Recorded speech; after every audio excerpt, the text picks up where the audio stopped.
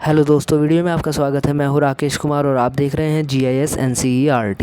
दोस्तों, आज हम हल करने वाले हैं कक्षा 9 के गणित विषय की प्रश्नावली 9.3 के क्वेश्चन नंबर 1 से लेके क्वेश्चन नंबर 4 तक। बाकी इससे पहले की जो प्रश्नावली थी 9.2 वो मैंने इससे पहले वीडियो में हल करके बताई है। अगर आपने अभी तक वह वीडियो नहीं देखी है तो ऊपर आई बटन पर आपको उस वीडियो का लिंक मिल जाएगा। आप लिंक पर क्लिक करके उस वीडियो को देख सकते हैं। ठीक है, तो चलिए फिलहाल आज की वीडियो को शुरू करते हैं। प्रश्नावली को हल करने से पहले आइए समझते हैं कुछ ज़रूरी चीज़ों को। सबसे पहले यहाँ पर एक हेडिंग है, एक वृत्त के चाप द्वारा अंतरित कोण। एक वृत्त है, उसमें चाप बना हुआ है, ठीक है, उसके द्वारा अंतरित कोण इसके बारे में है। फर्स्ट पॉइंट है, यदि किसी वृत्त की दो जीवाएँ बराबर हो तो उनके संगत चाप सर्वांगसम या बराबर होते हैं, तथा विलोमतः यदि दो चाप सर्वांगसम हो तो उनकी संगत जीवाएँ बराबर होती है। यहाँ पर कहा जा रहा है कि हमारे पास एक वृत्त है, उस वृत्त में दो जीवाएँ बराबर है, जैसा कि आप देख सकते हैं AB बराबर CD है, ठीक है। तो इनके जो संगत चाप होंगे, यानी कि यहाँ से लेके यहाँ तक ये AB, ये किसके बराबर होगा, इस CD के बराबर होगा, ठीक है। अब इसका विलोम हम देखेंगे। अगर यहाँ पर दो चाप है किसी वृत्त में इस तरीके से, और ये दो चाप सर्वांगसम है या बराबर है, तो इनसे बनी जो ये जीवाएँ हैं यहाँ पर, ये भी आपस में क्या हो जाएंगी, बराबर हो जाएंगी, ठीक है। फर्स्ट पॉइंट में तो ये चीज़ बताई जा रही है। फिर है सेकंड पॉइंट, इसमें कहा जा रहा है किसी वृत्त के सर्वांगसम चाप या बराबर चाप केंद्र पर बराबर कोण अंतरित करते हैं। अगर बराबर चाप है किसी वृत्त पर, जैसे कि यहाँ पर AB और PQ ये बराबर चाप है, तो अब अगर इन चाप से हम केंद्र पर कोण बनाते हैं तो वो कोण आपस में क्या हो जाएंगे, बराबर हो जाएंगे, ठीक है। तो इस हेडिंग में इन दो बातों को बताया गया है। अब देखते हैं इसके हम कुछ प्रमेय, ठीक है। ये देखिए, यह है प्रमेय 9.7। इसमें कहा गया है एक चाप द्वारा केंद्र पर अंतरित कोण वृत्त के शेष भाग के किसी बिंदु पर अंतरित कोण का दुगना होता है। इसको हम ऐसे समझ सकते हैं, ये हमारे पास एक वृत्त है, इसका केंद्र है O, PQ एक चाप है, इससे हमने वृत्त के केंद्र पर एक कोण बना दिया है। इसके अलावा जो बच गया यहाँ पर बाकी चाप, ये शेष भाग जो बच गया है, यहाँ पर एक बिंदु लिया हमने, वहाँ पर भी कोण बना दिया। तो ये जो केंद्र वाला कोण है, इस कोण का क्या होगा, दुगना होगा। अगर ये थीटा हमने माना है तो ये 2 थीटा होगा, इसका दुगना होगा, ठीक है। इसके अलावा दूसरी आकृति में भी समझ सकते हैं, ये वृत्त है, ये इसका केंद्र हो गया O, PQ एक चाप है, और हमने क्या किया है, यहाँ पर केंद्र पर एक कोण बना दिया, ये बन गया देखो केंद्र पर कोण।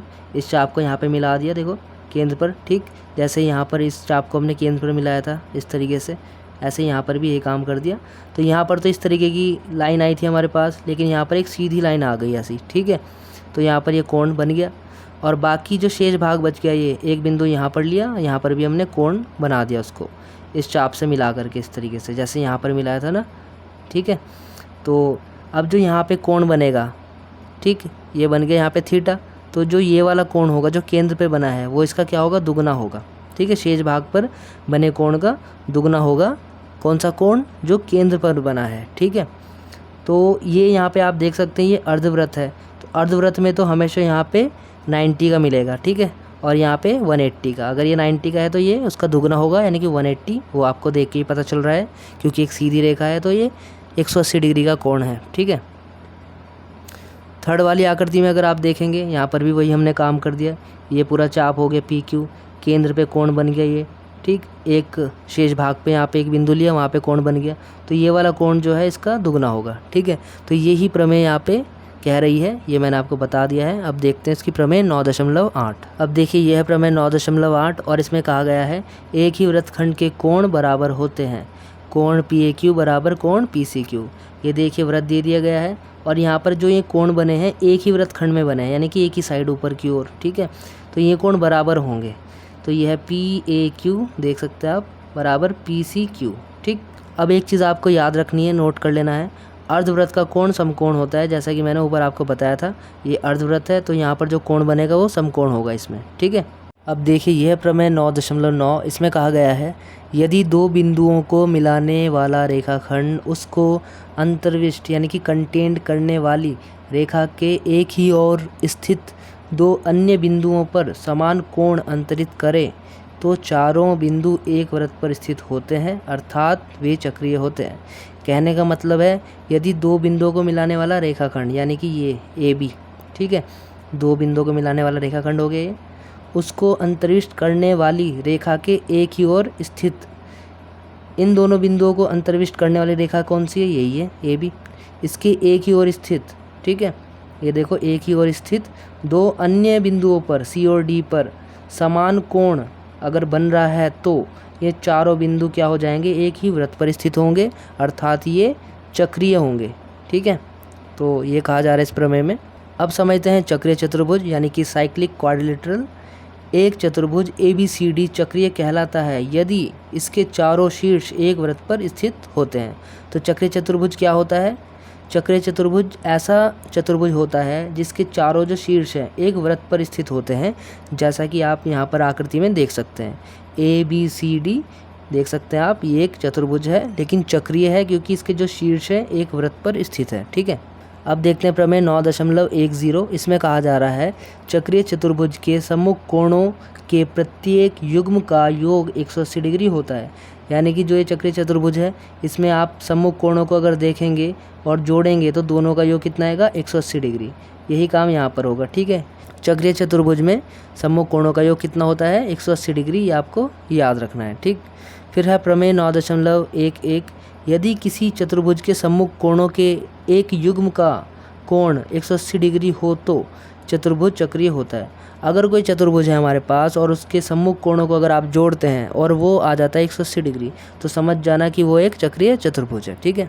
ये देखिए यह प्रश्नावली का पहला क्वेश्चन और इसमें कहा गया है आकृति 9.23 में केंद्र O वाले एक वृत्त पर तीन बिंदु A, B और C इस प्रकार है कि कोण BOC बराबर है 30 डिग्री तथा कोण AOB बराबर है 60 डिग्री। यदि चाप ABC के अतिरिक्त वृत्त पर D एक बिंदु है तो कोण ADC ज्ञात कीजिए, ठीक है। तो चलिए इसका आंसर देखते हैं। ये देखिए ये है प्रश्नावली के पहले क्वेश्चन का आंसर। इसमें आकृति दे रखी है, ये आप देख सकते हैं। इसमें BOC है 30 डिग्री और AOB है 60 डिग्री। हमें ADC ज्ञात करना है, यानी कि ये वाला कोण हमें ज्ञात करना है। आपने प्रमेय पढ़ी है 9.7, उसकी मदद से इसको हम सॉल्व करेंगे। सबसे पहले हम लिखेंगे यहाँ पे कोण ADC बराबर हाफ ऑफ कोण AOC। इसका मतलब ये हुआ कि जो कोण ADC है, ठीक है, वो किसका आधा है, कोण AOC का। क्योंकि हमने प्रमेय में पढ़ा था 9.7 में कि एक चाप से केंद्र पर अगर हम कोण बनाते हैं और बाकी शेष जो भाग बच जाता है वहाँ पर कोई बिंदु लेते हैं, ठीक है, और उस पे वहाँ पे कोण बनाते हैं, तो ये वाला जो कोण होता है जो चाप द्वारा केंद्र पर अंतरित है, ये इस वाले का दुगना होता है। यानी कि AOC दुगना है ADC का। तो हम इसको ऐसे लिख सकते हैं कि जो ADC है वो हाफ ऑफ AOC है। ADC जो ये कोण है वो AOC का आधा है, ठीक है। अब देखिए हाफ तो ऐसे रहेगा इसमें, और कोण AOC को हम लिख सकते हैं कोण AOB प्लस कोण BOC। क्योंकि कोण AOC में दो कोण छुपे हुए हैं, एक है कोण AOB और एक है कोण BOC, उनको हमने यहाँ पे लिख दिया है। हाफ ऐसे रहेगा। कोण AOB की जो वैल्यू है वो है 60 डिग्री और कोण BOC की वैल्यू है 30 डिग्री, ठीक है। ये 1/2 ऐसे रहेगा, 60 और 3 हो गए 90 डिग्री। इससे डिवाइड कर सकते हैं, 45 डिग्री आ जाएगा। तो ये आ गया 45 डिग्री, इसलिए कोण ADC कितना हो गया, 45 डिग्री। ये हमारा आंसर आ गया, ठीक है। तो इस प्रकार करना है। अब देखते हैं उसका दूसरा क्वेश्चन। अब देखिए यह प्रश्नावली का दूसरा क्वेश्चन और इसमें कहा गया है किसी वृत्त की एक जीवा वृत्त की त्रिज्या के बराबर है। जीवा द्वारा लघु चाप के किसी बिंदु पर अंतरित कोण ज्ञात कीजिए तथा दीर्घ चाप से किसी बिंदु पर भी अंतरित कोण ज्ञात कीजिए, ठीक है। तो चलिए इसका आंसर भी देखते हैं। देखिए यह दूसरे क्वेश्चन का आंसर। इसमें दिया गया है कि OA बराबर OB बराबर AB। जो ये OA है ये बराबर है OB के और AB, ये तीनों बराबर है। ये जो जीवा है ये इस वृत्त की त्रिज्या के बराबर है, ठीक है। तो इसलिए ये एक ऐसा त्रिभुज बन जाएगा, समबाहु त्रिभुज, ठीक है। और हमें ज्ञात क्या करना है, कोण ADB ये वाला कोण और कोण ACB ये दो कोण हमें ज्ञात करने हैं, ठीक है। तो उपपत्ति में लिखेंगे चूँकि OA बराबर OB बराबर AB ये हमें दिया है, ठीक है, वो लिख दिया हमने कि ये हमें जो है दिया है। इसलिए त्रिभुज OAB एक समबाहु त्रिभुज है, समबाहु त्रिभुज है, क्योंकि त्रिभुज ओ ए बी की जो तीनों भुजाएं हैं बराबर है, इसलिए यह एक समबाहु त्रिभुज है। इसलिए समबाहु त्रिभुज में जो कोण होता है वो कितने डिग्री का होता है? 60 डिग्री का। तो लिख सकते हैं कि समबाहु त्रिभुज का प्रत्येक कोण 60 डिग्री का होता है। ठीक है, तो ये कौन सा कोण लिखा है मैंने? ओ ए बी, ये वाला कोण 60 डिग्री का। सारे ही 60 के होते हैं तो यहाँ पे लिख दिया मैंने। अब हमें निकालना है ए डी बी, तो लिखेंगे कोण ए डी बी बराबर हाफ ऑफ कोण ए ओ बी, क्योंकि हमें पता है प्रमेय 9.7 से कि ये जो कोण है इसका दुगना है। ठीक है, तो जो ए डी बी है वो आधा है ए ओ बी का, तो वही लिख दिया यहाँ पे। तो हाफ ए ओ बी कितना निकाला हमने?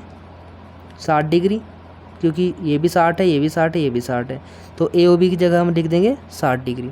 डिवाइड कर देंगे, 30 आ गया। ठीक है, तो इसलिए कोण ए डी बी बराबर 30 डिग्री हो गया। ठीक है, तो एक कोण तो निकल गया।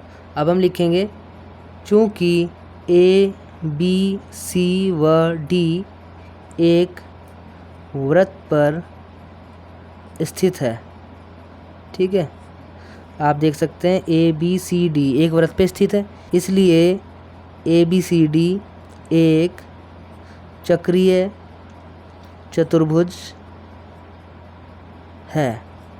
ठीक है, ये चक्रीय चतुर्भुज हो गया क्योंकि एक वृत्त पे स्थित है। अब चूंकि ये चक्रीय चतुर्भुज है इसलिए इनके जो सम्मुख कोण हैं उनको अगर हम जोड़ेंगे तो वो कितना आएगा? 180 डिग्री। ठीक है, आप देख सकते हैं आकृति में कोण ए सी बी प्लस कोण ए डी बी सम्मुख कोण है, दोनों का योग कितना होगा? 180 डिग्री।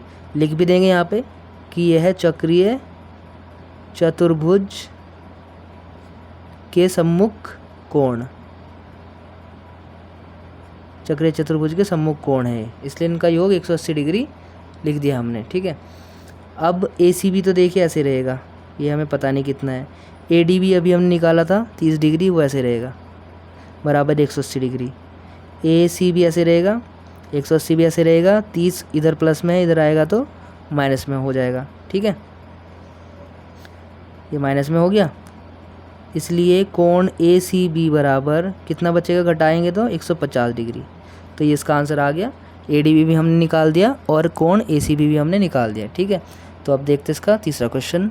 अब देखिए, ये है प्रश्नावली का क्वेश्चन नंबर 3 और इसमें कहा गया है आकृति 9.24 में कोण पी क्यू आर बराबर है 100 डिग्री, जहां पी क्यू तथा आर केंद्र ओ वाले एक वृत्त पर स्थित बिंदु हैं। कोण ओ पी आर ज्ञात कीजिए। ठीक है, तो चलिए इसका आंसर भी देखते हैं। देखिए, यह प्रश्नावली के तीसरे क्वेश्चन का आंसर और इसमें कहा गया है कोण पी क्यू आर हमें दिया है 100 डिग्री, हमें ज्ञात करना है ओ पी आर, ये वाला कोण ज्ञात करना है हमें। ठीक है, अब इसमें ना ये चीज़ नहीं दी गई थी, ये दोनों लाइन जो है ये नहीं दी गई थी, ये हमने रचना की है। तो यहाँ पे मैंने लिखा था दीर्घ चाप पर एक बिंदु एस लिया, ये जो बड़ा चाप था दीर्घ चाप, इस पर एक बिंदु हमने एस लिया तथा पी एस और आर एस को हमने मिलाया। इस प्रकार जो पी क्यू आर एस मिल गया, हमें एक चक्रीय चतुर्भुज मिल गया, वो बन जाता है चक्रीय चतुर्भुज। ठीक है, तो उत्पत्ति में हम लिखेंगे चूँकि पी क्यू आर एस एक चक्रीय चतुर्भुज है, ठीक है, इसलिए इनकी जो सम्मुख भुजा हो जाएगी P Q R plus P S R बराबर 180 डिग्री हो जाएगा योग। यह है पी क्यू आर और पी एस आर दोनों का योग हो गया इसो, यह है P Q R plus P S R दोनों का योग हो गया 180 डिग्री। पी क्यू आर की वैल्यू लिख दी हमने 100 डिग्री, पी एस आर ऐसे रहेगा बराबर 180 डिग्री ऐसे रहेगा, पी एस आर ऐसे रहा 180 डिग्री ऐसे रहा, 100 इधर आएगा तो माइनस में हो गया, पी एस आर निकल जाएगा फाइनली हमारा 80 डिग्री। ठीक है, इसे हम बोलेंगे समीकरण नंबर 1। अब हम लिखेंगे कोण पी ओ आर, आप देख सकते हैं जो कोण पी ओ आर है यानी कि ये वाला कोण इस वाले कोण से दुगना होगा। ठीक है, प्रमेय 9.7 के हिसाब से देखेंगे तो ये वाला जो कोण होगा इस वाले कोण से क्या होगा? दुगना होगा। तो वही लिख देंगे जो पी ओ आर है वो दुगना है, किसका दुगना है? पी एस आर का, यानी कि पी एस आर का दुगना करेंगे तो पी ओ आर के बराबर होगा। ठीक है, तो 2 ऐसे रहेगा। PSR की वैल्यू 80 आई है, अभी हमने देखा यहाँ पे, इनकी मल्टीप्लाई कर देंगे, आएगा 160 डिग्री। ये बन गई समीकरण नंबर 2। अब हम लिखेंगे त्रिभुज POR में, त्रिभुज POR में इसमें लेके चल रहे हैं। यहाँ पर आप देख सकते हैं इस त्रिभुज में OP बराबर OR, ये दोनों बराबर है। क्यों बराबर है? क्योंकि वृत्त की त्रिज्याएँ हैं, तो लिख देंगे वृत्त की त्रिज्याएँ हैं इसलिए बराबर हैं। ठीक है, इसलिए त्रिभुज POR एक कैसा त्रिभुज हो जाएगा? समद्विबाहु त्रिभुज, क्योंकि 2 भुजाएं बराबर है। ठीक है, समद्विबाहु त्रिभुज है। ठीक, अब अगर समद्विबाहु त्रिभुज है तो ये दोनों कोण क्या हो जाएंगे? बराबर हो जाएंगे। ठीक है, तो लिख देंगे, इसलिए कोण OPR बराबर हो गया कोण ORPK। ये बन गई समीकरण नंबर 3। ठीक है, अब हम लिखेंगे तीनों कोणों का योग। ये देख सकते हैं आप, OPR plus ORQ plus POR, तीनों कोणों का हमने योग कर दिया। OPR का, PRO का और POR का, तीनों कोणों को जोड़ दिया, 180 लिख दिया, क्योंकि त्रिभुज का कोण योग गुणधर्म है ये, त्रिभुज का कोण योग गुण। ठीक है, इसलिए ऐसा हमने कर दिया है। अब इसको सॉल्व कर लेंगे। यहाँ पे लिखेंगे OPR तो ऐसे रहेगा प्लस, और ये है ORP, ये यहाँ पे ORP है। ठीक है, ORQ नहीं है, ORP ये वाला कोण है। ORP को हम लिख सकते हैं, यहाँ पे आप देख सकते हैं ORP जो है OPR के बराबर है, तो इसको हम OPR लिख सकते हैं। और ये POR ऐसे रहेगा। ठीक है, बराबर 180 डिग्री ऐसे रहेगा। यहाँ पे हम लिखेंगे समीकरण 3 से। समीकरण 3 से हमने ऐसा किया है, जो ये ORP था इसको हमने OPR लिख दिया है। ठीक है, अब OPR हो गया तो कोण 2 OPR जुड़कर 2 OPR हो गए, प्लस POR की आप वैल्यू देख सकते हैं, ये रही 160, ये लिख दिया हमने, बराबर 180 डिग्री। ये हमने लिखा है समीकरण नंबर 2 से। ठीक है, वो लिख दिया हमने। अब इसको और सॉल्व कर लेंगे। 2 OPR बराबर 180, 160 इधर आएगा, माइनस में हो जाएगा। 2 OPR यहाँ पे बचेगा कितना? 20 डिग्री, ये लिख दिया हमने। ठीक है, OPR ऐसे रहेगा, 20 डिग्री ऐसे रहेगा, 2 आएगा नीचे यहाँ से डिवाइड में, 2 धाम 20, तो इस तरीके से OPR बराबर हो गया 10 डिग्री। ठीक है, और यही हमें इसमें ज्ञात करना था, ये हमारा आंसर आ गया। ठीक, अब देखते हैं इसका अगला क्वेश्चन। अब देखिए, यह है प्रश्नावली का क्वेश्चन नंबर 4, और इसमें कहा गया है आकृति 9.25 में कोण ABC बराबर है 69 डिग्री और कोण ACB बराबर है 31 डिग्री। तो हमें कोण BDC ज्ञात करना है। ठीक है, तो चलिए इसका आंसर भी देखते हैं। देखिए, यह प्रश्नावली का चौथे क्वेश्चन का आंसर। इसमें दिया है ABC जो कोण है 69 डिग्री है और ACB है 31 डिग्री, आप देख सकते हैं। ज्ञात करना है हमें कोण BDC, ये वाला कोण BDC। तो उत्पत्ति में लिखेंगे सबसे पहले त्रिभुज ABC में, ये त्रिभुज है ABC, इस पे काम करेंगे। ठीक है, तो इसके तीनों कोणों को जोड़ लेंगे, कोण ABC प्लस कोण ACB प्लस कोण BAC बराबर 180 डिग्री। त्रिभुज का कोण योग गुण लगा देंगे, ABC प्लस BCA और BAC। तो यहाँ पे वैल्यू रखेंगे ABC की वैल्यू है 69 डिग्री, ACB की वैल्यू है 31 डिग्री, प्लस BAC की वैल्यू नहीं है कुछ भी, इसको ऐसे लिख देंगे। BAC ऐसे रहेगा, बराबर 180 डिग्री भी ऐसे रहेगा, इन दोनों को ऐड कर लेंगे, आ जाएगा 100 डिग्री। ठीक है, BAC ऐसे रहेगा, 180 डिग्री ऐसे रहेगा, 100 इधर आएगा तो माइनस का हो जाएगा। BAC ऐसे रहेगा और यहाँ पे बचेगा 80 डिग्री। ठीक है, BAC निकल गया, लेकिन हमें निकालना है BDC, ये वाला कोण। अब जब BAC निकल गया, ये वाला कोण निकल गया, तो ये BDC के बराबर हो जाएगा। तो लिख देंगे कोण BDC बराबर कोण BAC बराबर 80 डिग्री। तो ये भी 80 डिग्री हो गया। ऐसा क्यों हुआ? ये बराबर क्यों हो गए दोनों? क्योंकि ये है एक ही वृत्तखंड, एक ही वृत्तखंड के कोण। बराबर होते हैं। ठीक है, ये एक ही वृत्तखंड में बने हुए कोण हैं। आप देख सकते हैं एक ही साइड बने हुए हैं ऊपर, तो ये क्या होते हैं, बराबर होते हैं। जब एक ही वृत्तखंड में कोण बने हो ये आपस में बराबर होते हैं। ठीक है, तो इस प्रकार से करना था। तो दोस्तों ये प्रश्नावली फिलहाल क्वेश्चन नंबर 4 तक कंप्लीट हुई है। बाकी क्वेश्चन करेंगे अगली वीडियो में। तब तक के लिए bye, take care, thanks for watching.